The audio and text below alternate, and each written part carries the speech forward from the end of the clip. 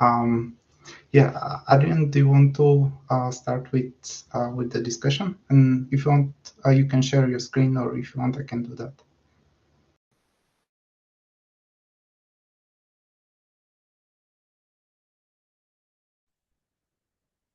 Hi. So yeah, please share the screen. But I don't think there's much to share yet. It's just I just I was curious if this still worked what I did a couple of years ago, and so I implemented a proof of concept the last 2 days to get pod checkpoint restore working. And at this point, I can checkpoint a pod and restore a pod, and I selected a simple OCI image just to put the checkpoint information into it. And there was already a discussion on the Slack channel, and it seems like there are I think the main problem is which is the right use case, which should be the default. I think there are a lot of pros and cons for different formats, and so should it be an OCI image or something different which can be stored on S3, or should we immediately go to streaming like Felipe suggested? So it sounds like we need something to be flexible, how to store the checkpoint, and also depending on the use case, if it's more migration or more fault tolerance. So that's a bit. So the many different use cases make it different. Make it difficult to choose the right format for the checkpoint image, how to store it. But anyway, so the good thing is it's doable. A pod checkpoint restore is working, and so at least we know that the technical thing works, and now we need to figure out everything around it besides the technical part. Any questions, comments to? Yeah, I mean, the first thing is, so we add. So I kind of, when I worked on creating a checkpoint image in Podman, it was kind of easy to do that because Podman already supports building container images, and here we have to essentially add dependency on builder. And I think this is probably something we can do because Containerd, I think, already does that. But yeah, I think this also, we have to discuss this with the CRI community and see what people think. Yeah, definitely. But I don't know. This sounds like a implementation detail. I don't know if this is the right time to discuss it yet, or not sure. Yeah, I think that's something that we can discuss in the KEP process. I think as we propose this format and talk through it, because we're not even totally committed to going the image route anyway. So I think we have to. Exactly. It was just me being curious if this is doable, and at this point I know it works. So that was the important part for me. Just I want to make sure it's nothing I did there should influence our KEP really, because this is just a proof of concept, nothing more. One thing is it's kind of actually useful to have the checkpoints stored as tar files for in the case of forensic analysis. So, for example, the case I'm thinking of is when you have periodic checkpoints. Like, for example, in the case of forensic analysis, you can have intrusion detection system that triggers automatic checkpoints, and then this creates checkpoints, for example, every second or every 2 seconds, so that you can then monitor what is actually happening in the container. And this is actually quite useful. Essentially, it's quite useful to save the checkpoints as tar files. If you create images, then essentially just keeping track of all the images and then exporting them to something that you can then analyze, it will make it more complicated. Yeah, but I think you can always have this argument. I want to do something different than we designed it for, so it doesn't work for me. And It's so every user will come along and say this is not perfect for me. So we need to find the most common use case and design it for that one, and not for every edge use case. But Felipe, you want to say something? No, I wanted to ask the question because you explored basically in the checkpoint, like only the path of checkpoint to have the whole bundle or everything checkpointed, right? There's no restoration yet, or you No, or not. it does restore. It restores also. Okay, yeah, because my question is more related of how would we treat the restoration? Because if you think about how Kubernetes does it, does like a start of a container nowadays, is basically a pod, actually a pod, sorry. So a pod is just like you create a pod, sandbox, and then it starts container per container, right? That's how the Kubernetes works. How should we think about this restoration of the pod? Should be atomic? Should be how one go? How do you think this should go? I don't know. I don't know. There are so many questions. It's really hard. What is the right thing to do? So and then it also comes back how it would look like in the pod spec. If so, currently there's no way to restore a container a pod like I did. It's just I did it just in cry controlled. I added something there again. Proof of concept. It's not really important.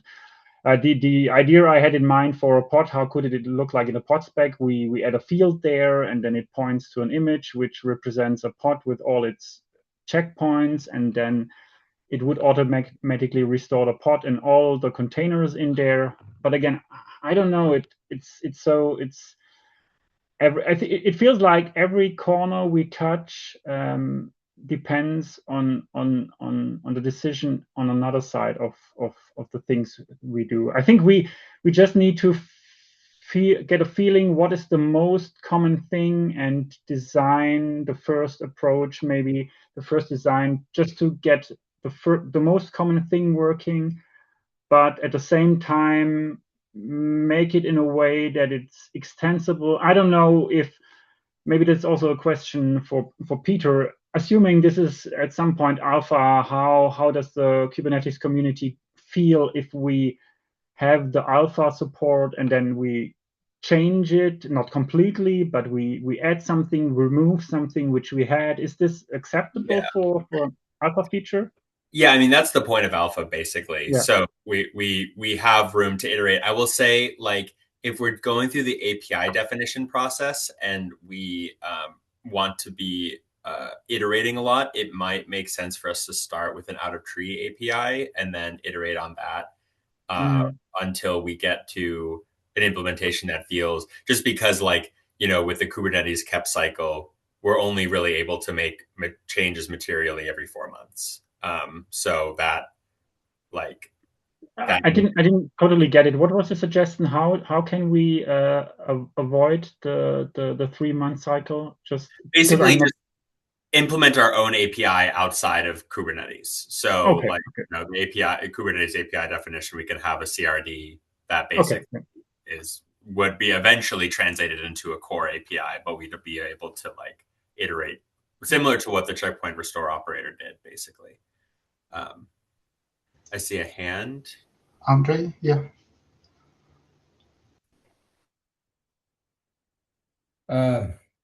I just want to say that we need to remember that we have other runtimes like Kata and, for example, gvisor. I mean, VM like runtimes.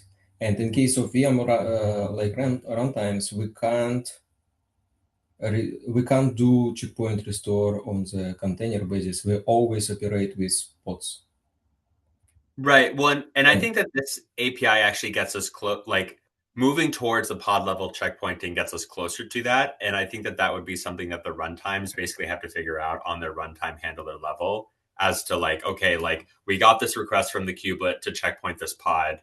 Let me look at what the pod is. Oh, this pod is a Kata pod. That means I have to go to the, you know, I forget what it's called, the Kata agent, basically, to do the checkpointing, rather than going in individually, like calling cryo on each of the individual containers. So the approach will be a little bit different, but that branching will happen at, the container to your cryo level. Yeah, I understand that. I just want to be sure that we have this use case in mind while we are designing this API. So. Yeah, no, that's a good call out. And I think that's definitely something that we should mention in the CAP. That even, I think, is really a motivating factor of going this approach, is that because pod is the granularity that we think about in Kubernetes, that means that the container managers that are creating and would be checkpointing these pods would have to think about it differently if we were going on the container level. So yeah, that definitely, I agree, we should keep that in mind. One question I have is, like, for example, in the case where we have GPU workloads, it's important to keep track of what, for example, GPU is being used. Like in the case of a restore, for example, we need to be able to select the same GPU device. And I'm not sure how we can store this information in a pod checkpoint so that we can use it later. How is it stored just for a process that we're doing a GPU checkpoint for? So the user have to know? So what we currently have is essentially CRI-U has a plugin that performs the GPU checkpoint operation. So what we do is we tell the CUDA driver to move the GPU state, for example, into host memory, and then we just checkpoint the memory state and save this. The problem is we need to kind of use this exact same GPUs and number of GPUs during restore. And this not essentially people need to do this manually at the moment. We don't have a way of saving this information. Adrian, go ahead.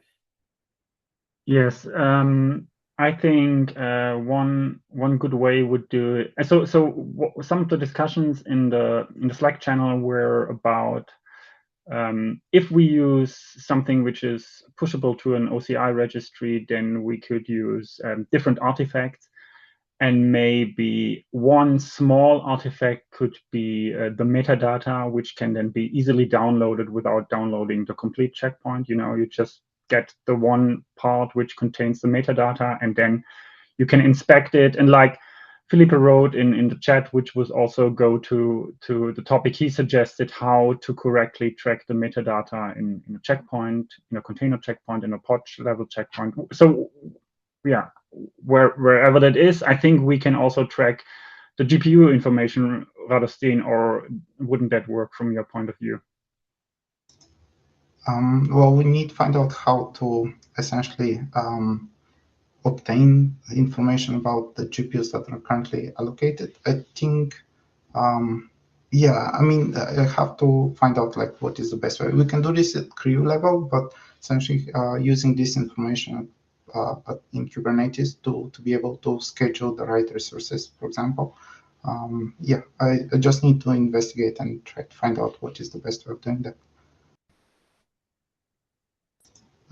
The other thing I was looking at was this volume snapshots. It seems to be very similar to what we were trying to do with container checkpoints. And I was wondering if anyone has thought about essentially using a similar approach.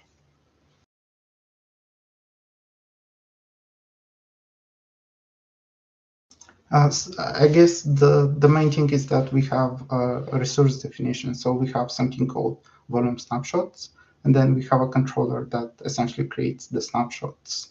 And it's using, for example, external storage. You can use different types of storage to save it.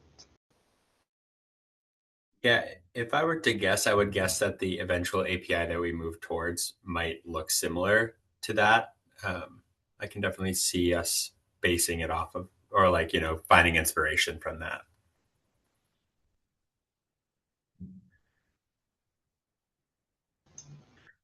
I want to call out something that I just thought of, which is like, I think probably what makes sense for us to aim towards in the 136 cycle with pod level checkpointing is try to find a way that we can do as much of the kubelet pieces as we can like define that in Kubernetes and provide basically the groundwork for us to then be able to iterate on an API above that.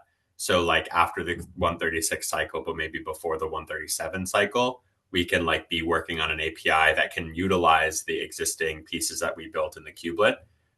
Because patching the kubelet is like harder than working out of tree on an API, basically. So I don't know if that sounds like a reasonable goal or something to work towards, but I feel like that will, allow us to stay focused on like a goal for 136 and not get too distracted by like, okay, what does the restore API look like, and what are we going to base all these things off of? Because I don't think we're going to get to API point in the 136 cycle.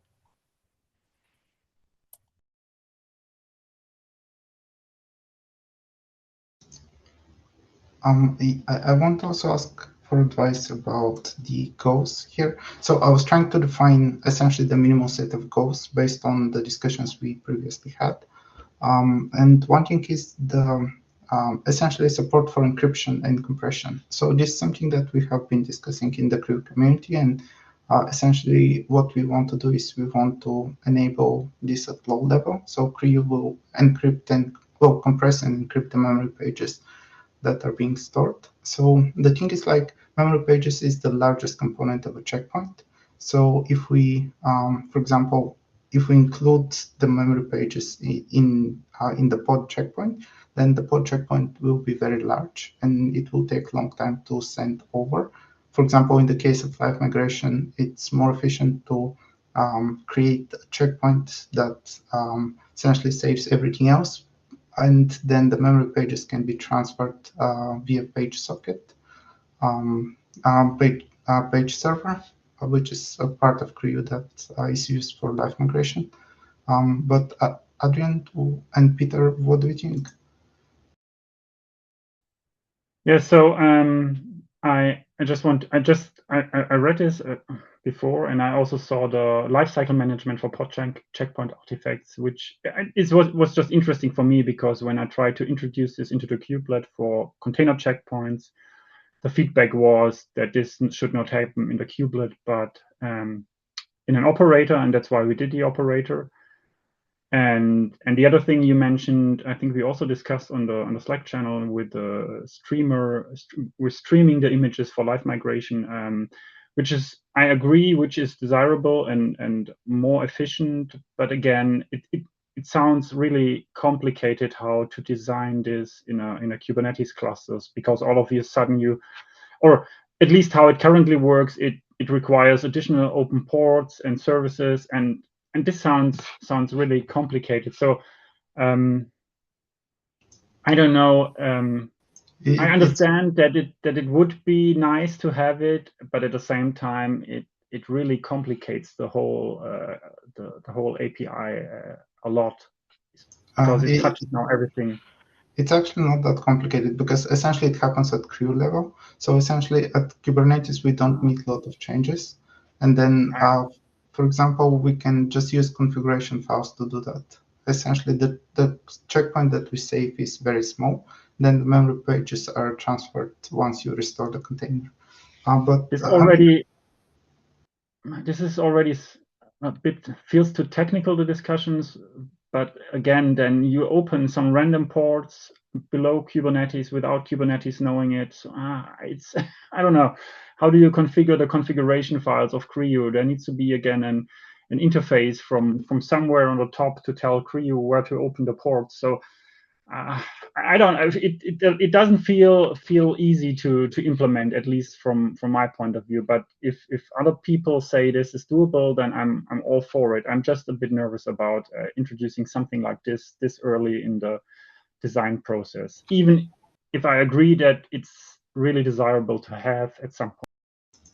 I think this is what, for example, Google presented in 2018. I do remember, like, when they presented how they use checkpointing in Borg. I think they use essentially the page server to migrate the memory pages. I'm not sure, but there, Peter, do you want to? Yeah, I guess I would recommend we be wary of feature scope creep, because like I'm like with you and Adrian, like This is something that we want. I think that this will be something that will be necessary for users to have it work practically. And also, and so I think as we go through the design of what the API looks like and the design of what we do in the kubelet and CRI, we should design with these possibilities in mind. So like, potentially when we design a checkpointing API, allow a user to pass in, some object that would translate into the CRI-U config file, or allow them to pass a location on disk that would allow them to put it to a certain spot that the CRI-U checkpoint snapshotter would be able to translate it. So like there are different things that we can do to take these use cases into account without like designing them as like a blocker for this KEP. I think I'm going to imagine that this feature generally is going to have quite a number of KEPs. I think that that's like a more efficient route of like going through building like this large feature. Like if you look at like in-place pod resizing, there's like, I think 4 or 5 KEPs currently actively being worked on, because, having such a big, largely scoped KEP means that it like has a really long tail of completing. Whereas if we just say like, okay, this one is just like, give me an API that you can ping the kubelet for that allows it to checkpoint, and then an API that allows it to restore. And if then we just say that, then the follow-up would be, okay, now expose that to, the Kube API server. Okay, give me a way to do encryption. Okay, give me a way to do like live migration. Like these are things that we can build on top. But if we like break it into smaller component parts, it gives the working group an easier chance of like getting stuff in, and also the reviewers an easier chance of actually like being able to process all the things that we do, rather than like, really flooding both from a reviewer and an implementer standpoint. Yeah, and Philip, do you want to go next? No, I just want to make a point like the transportation or like moving the checkpoint is very important.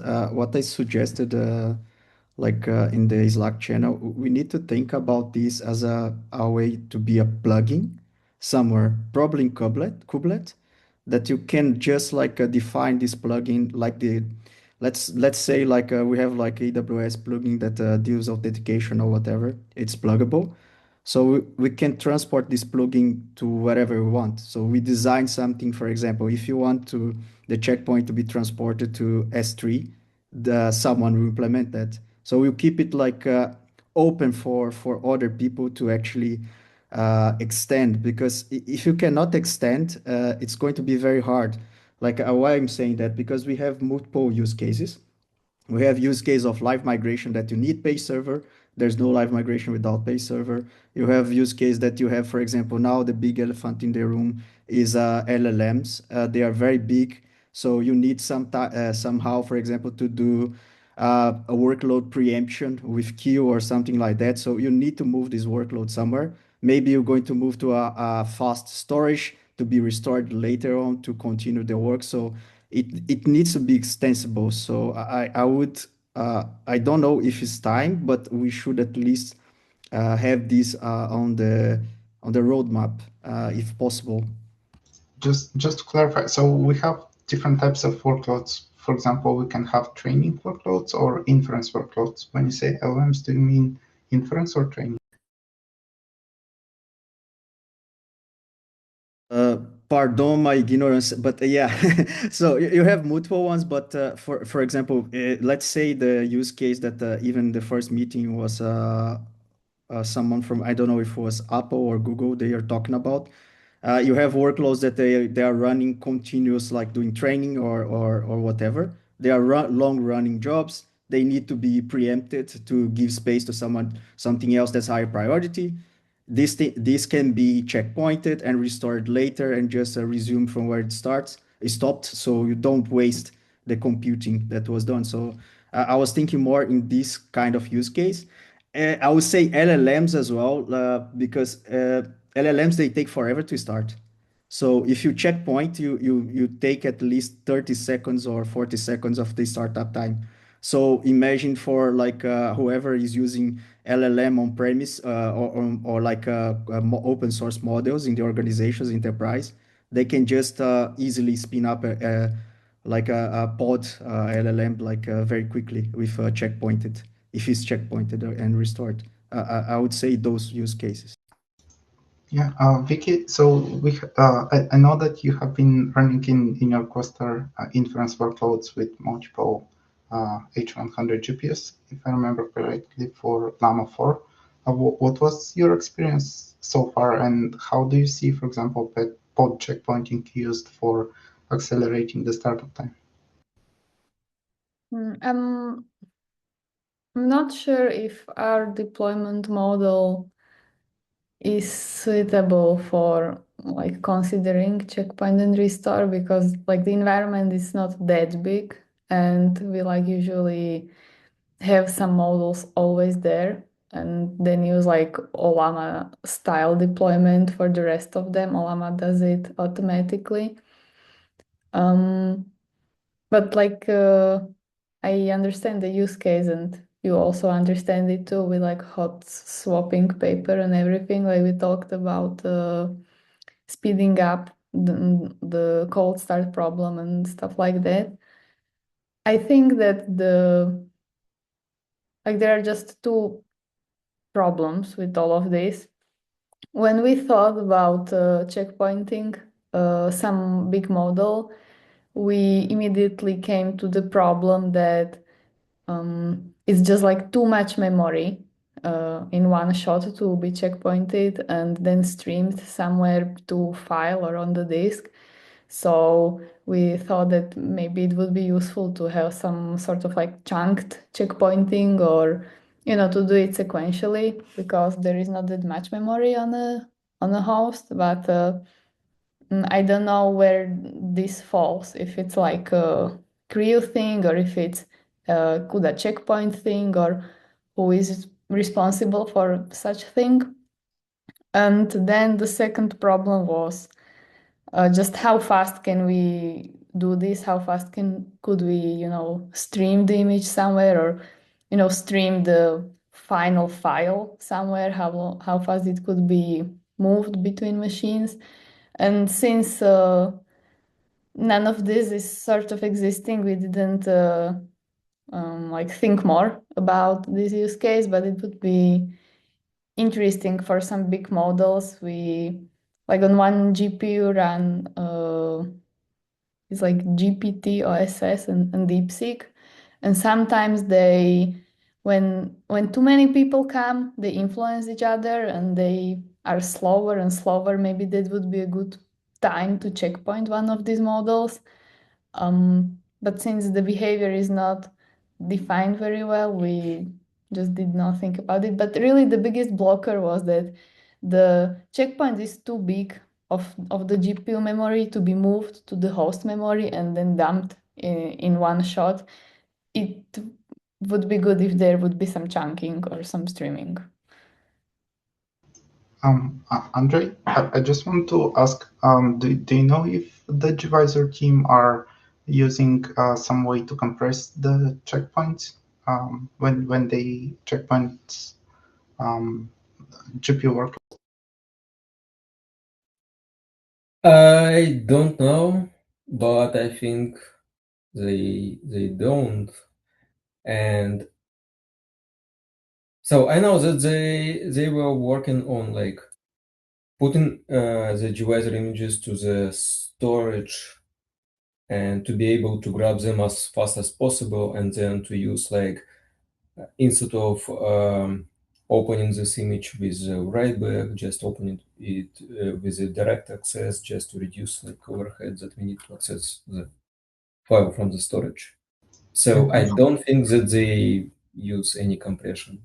The whole idea just to be able to read these images as fast as possible. Like again, we need to reduce the downtime. Like we need to reduce, in this case, we need to reduce the startup time. So compression will work against you. In some cases, it can help you if you have the storage that is slow. Compression can actually be like it can like optimize image downloading. But if you have the fast storage, in case of Google, they in cloud they have a very fast storage, and you can utilize this.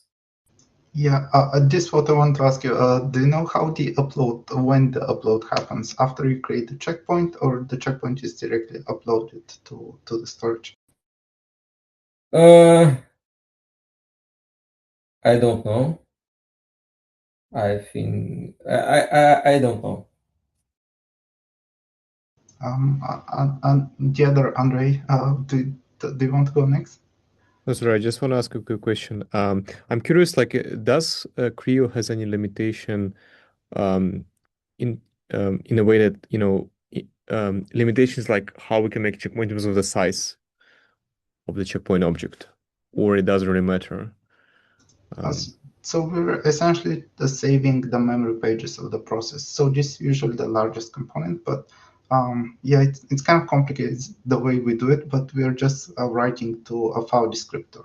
So we have an image file that saves the raw data. So yeah, and we are working on implementing compression and encryption. I think there's a comment in the chat about the approach used in Alibaba. Do you want to describe it?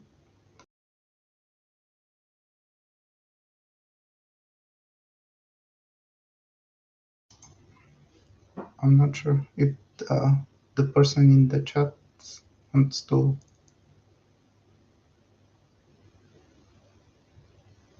Okay, sorry about that.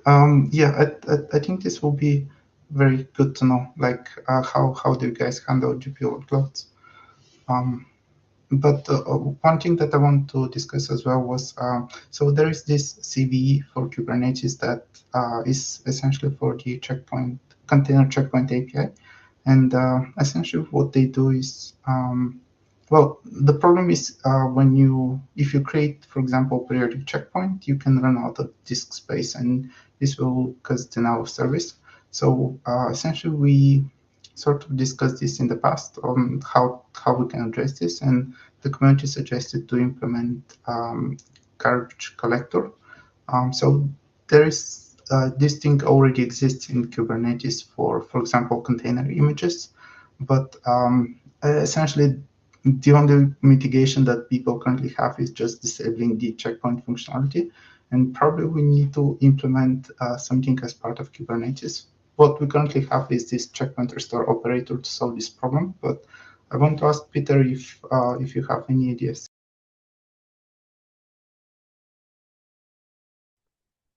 Sorry, you got me a little distracted. Ideas on what? So we have this CVE in Kubernetes for the checkpoint container checkpoint API. I was wondering if you have any ideas whether we can implement something like garbage collector that limits the disk space used for checkpoints. I think we can, but again, I think that this is sort of an extension. I think the basis that we have is just that, like, to manually ping the kubelet and ask it to do something has to be a privileged operation that we trust a user to do smartly and not like maliciously. And then as we sort of expand out and lower the permissions by like exposing the API to RBAC, as well as expose it to more users, like people who are not directly on the node poking the kubelet, we have to, well, find ways to mitigate that, whether that's like, you know, we've hinted at some external controller to do the moving or do the,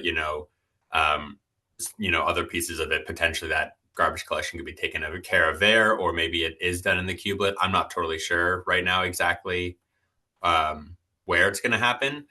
I think that the CVE is something to, again, keep in mind, but like, as we're in the beginning stages of it, I don't want to overcomplicate our initial implementation to get it I don't want perfect to be the enemy of good, you know?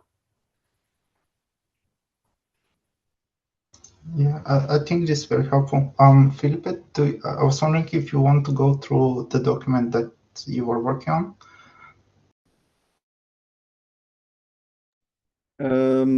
Yes, I didn't mean to take so much time because we have more important things to discuss.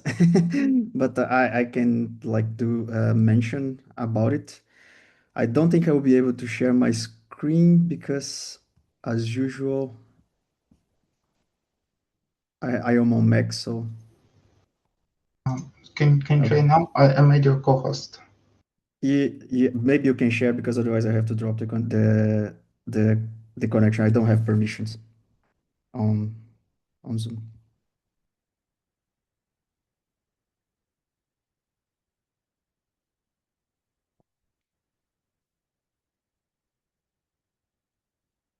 It's just to save time. I'm currently working. I've been working in this checkpoint restore for about a year and a half already. It's been very challenging. Most of the challenges that I faced is the amount of hacks that you have to do in container runtime itself to just make things work. So I came with this idea. I'm not sure yet if it's the ideal for us, but we always carry with the checkpoint the OCI specification. It's just a dump of the whole process that is running in the container runtime, and we are already using that for but we are using that with annotations. They are not standard. My idea would be to try to make this standard. So to summarize the document, I try to give examples what is implemented right now in some container runtimes. Adrian will know very well like what is implemented in CRI-O or in Containerd. We have some in place hacks. Is not standardized. The idea is to have like a specific field in the runtime spec that will tell you the story about that container that was checkpointed and will help us in the restoration process so we can streamline the way that we handle the checkpoint itself. Right now we are doing a lot of stuff just by inspecting if the container has some annotation or if the specification has some annotation or passing some parameters through annotations when creating the container itself.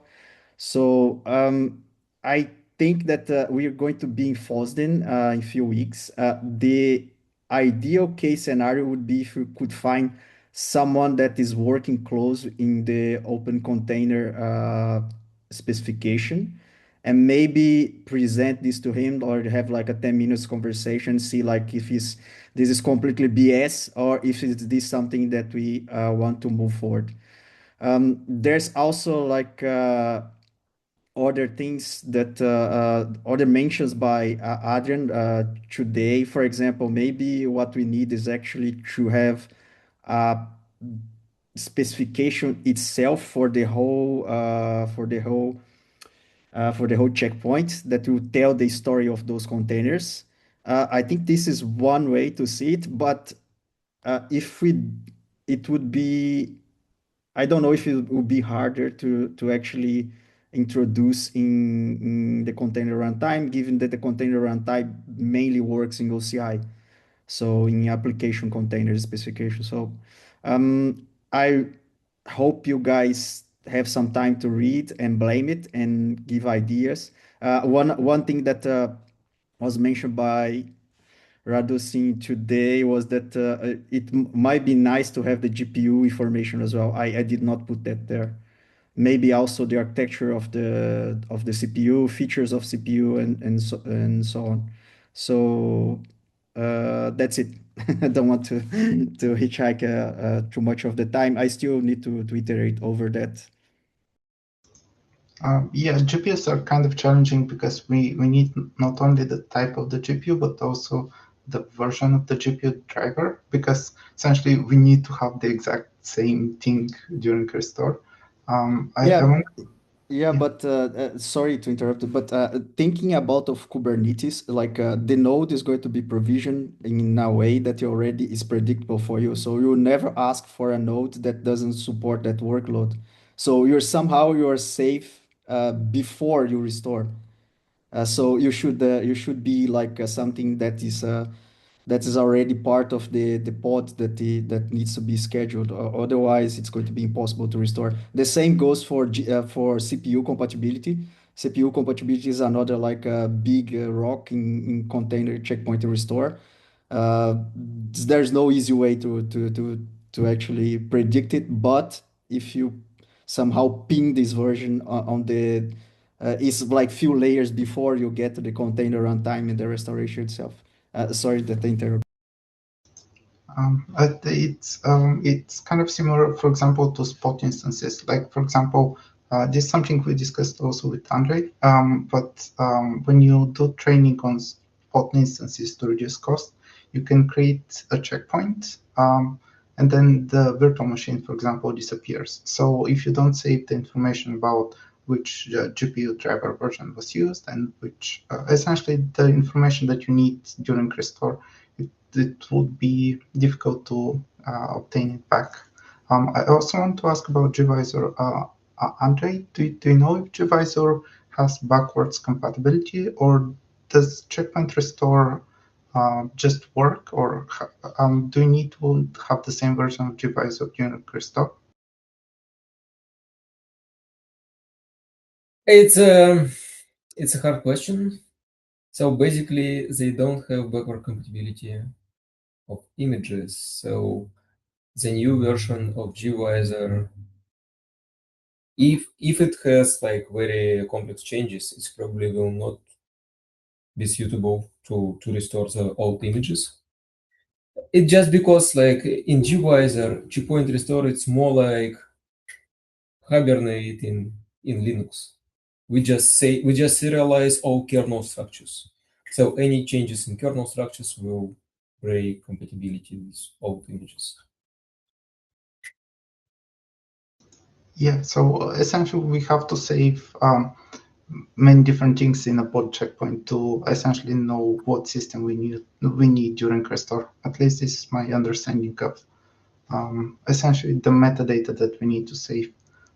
Peter, do you have any ideas on what is the best way to represent this in a checkpoint, like a configuration file or? Yeah, I mean, not concretely. I think probably a configuration file. That seems to be the approach so far. Yeah, I mean, we need some way to persist it to disk. So probably this metadata structure serialized into JSON or something like that. Adrian? Yeah, I think we added a couple of those information to we created those annotations. Felipe also mentioned here, and for the proof of concept, I added them to the pod checkpoint as annotations. So this would have been something which can be also read before downloading the image from the registry. Again, this sounds a bit like the thing with the GPUs. We should have an artifact or annotations, probably an artifact because it gets too much for annotations, I would guess. A small artifact which contains a JSON file and which has all the information about everything we need to have to make a restore possible. But yeah, I think a small artifact would be the way to go here. Yeah.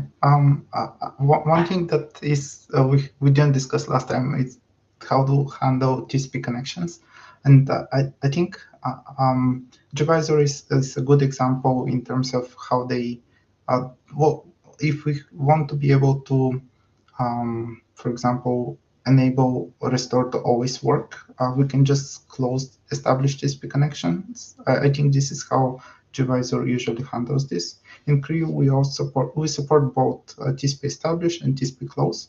And TCP establish is useful for live migration when we want to preserve established TCP connections, but it has some requirements like preserving the IP address and essentially making sure that we can assign the same IP address or changing the checkpoint during restore so that we can restore it with different ports or IP address.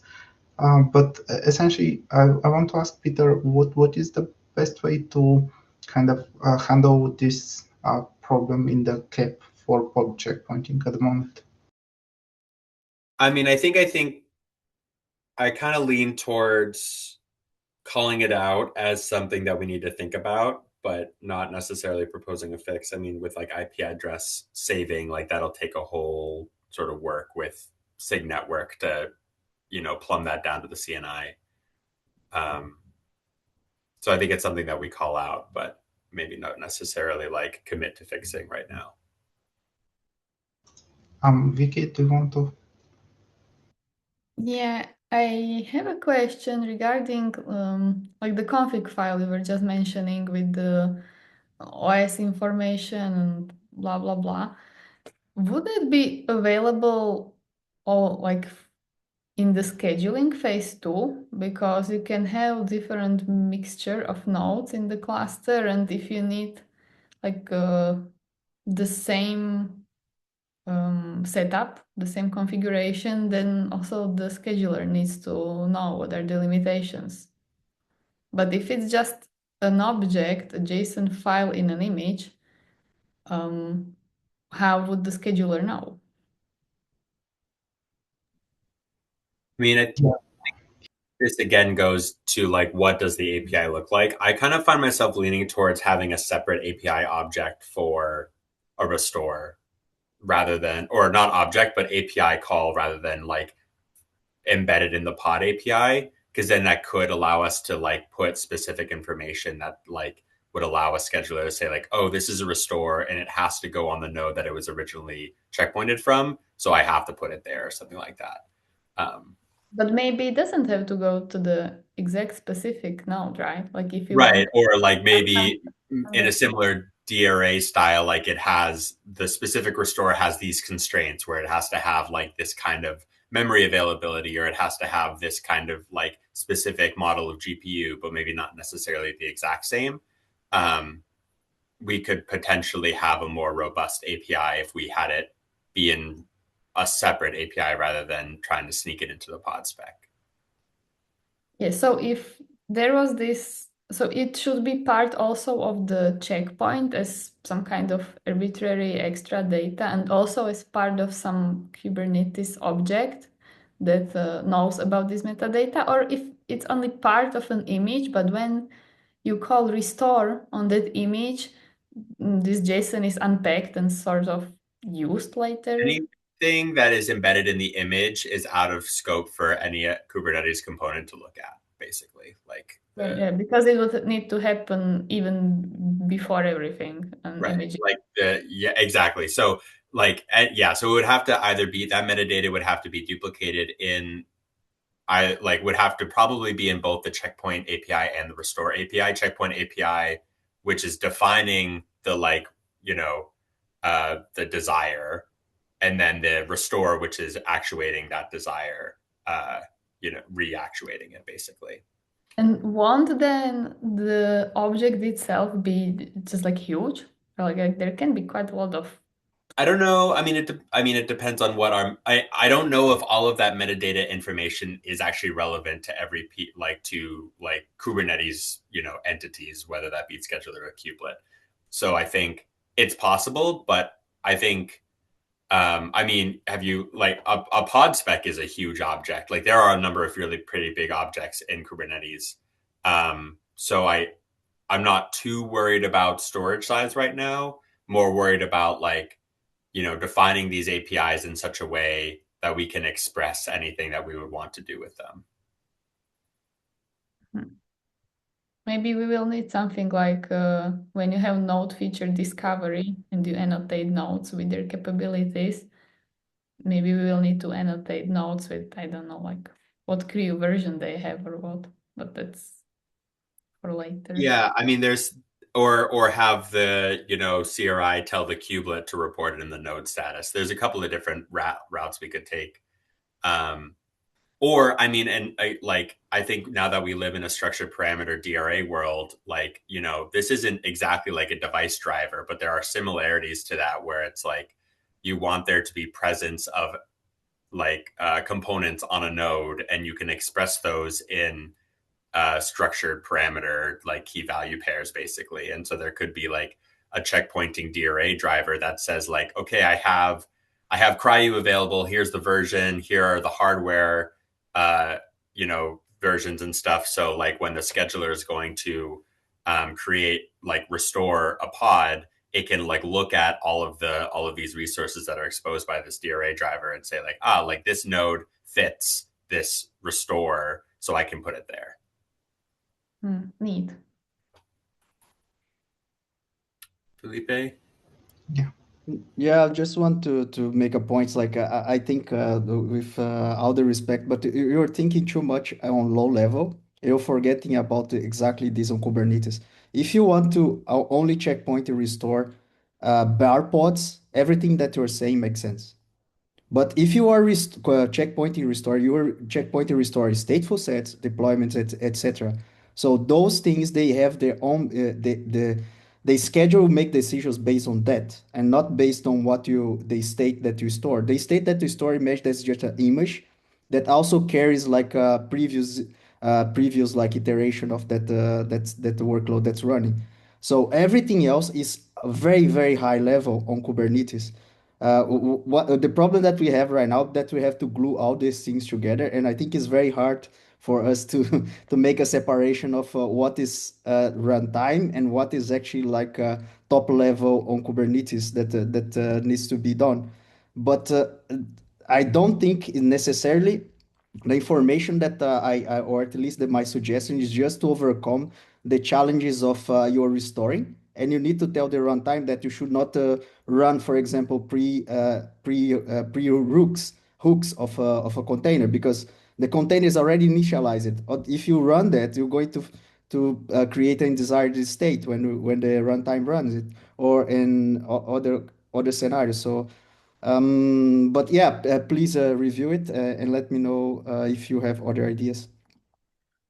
Well, I think your point about the external controllers is exactly the reason that we have to have this information in an API object, because I think eventually each of these controllers will also have their own sort of hooks for checkpointing and restoring, like a way for, like a user to be like, I want to checkpoint the stateful set instance, and then the stateful set controller will eventually create a pod checkpointing object. But we need to have all that metadata embedded so that when the stateful set controller wants to restore it, it has all of the required information. Yeah, so that's a good call out. I just want to answer the question in the chat. I mean, Adrian, Andre, myself, we contribute to CRI all the time. It's just there are a lot of things that needs to be fixed. And for example, IUring requires changes in the kernel. It's just, yeah, sometimes things take a lot of time to get implemented. But yeah, contributing to the CRI project is probably the best way, like implementing new features. But yeah. I just want to say that is CRI community active? I mean, we have a few active maintainers, but we definitely need more contributors. Because, like, for example, for me, CRI, it's not the project that I'm working on, like, full-time. This is more like a pet project for me, because I have my full-time job. This is completely different than the CRI project. So I don't have time to solve problems of users and stuff like that. But I will be happy to review any changes to the CRI. Yeah, Andre has been working on CRI for, I think, almost 15 years now. Like, he's maintaining the project, and I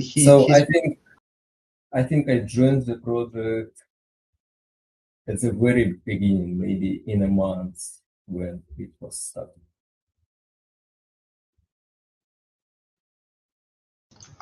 Cool. So I just want to check for next steps. Peter, I guess the next step would be to finish the KEP for a pod level checkpointing. Yeah, we should get a draft of that out pretty soon so that we can get it on people's radars. I've opted in the KEP, but like the PRR freeze, which is just a deadline to make sure that the KEP is written and exists somewhere so that the PRR team can be reviewing it. That's on the 4th of February. So we have about 2 weeks to do that. So yeah. Okay, thank you. I mean, we are almost at the end of the meeting, so thank you very much, everyone, for your comments and your help. Great. Thank you, everyone.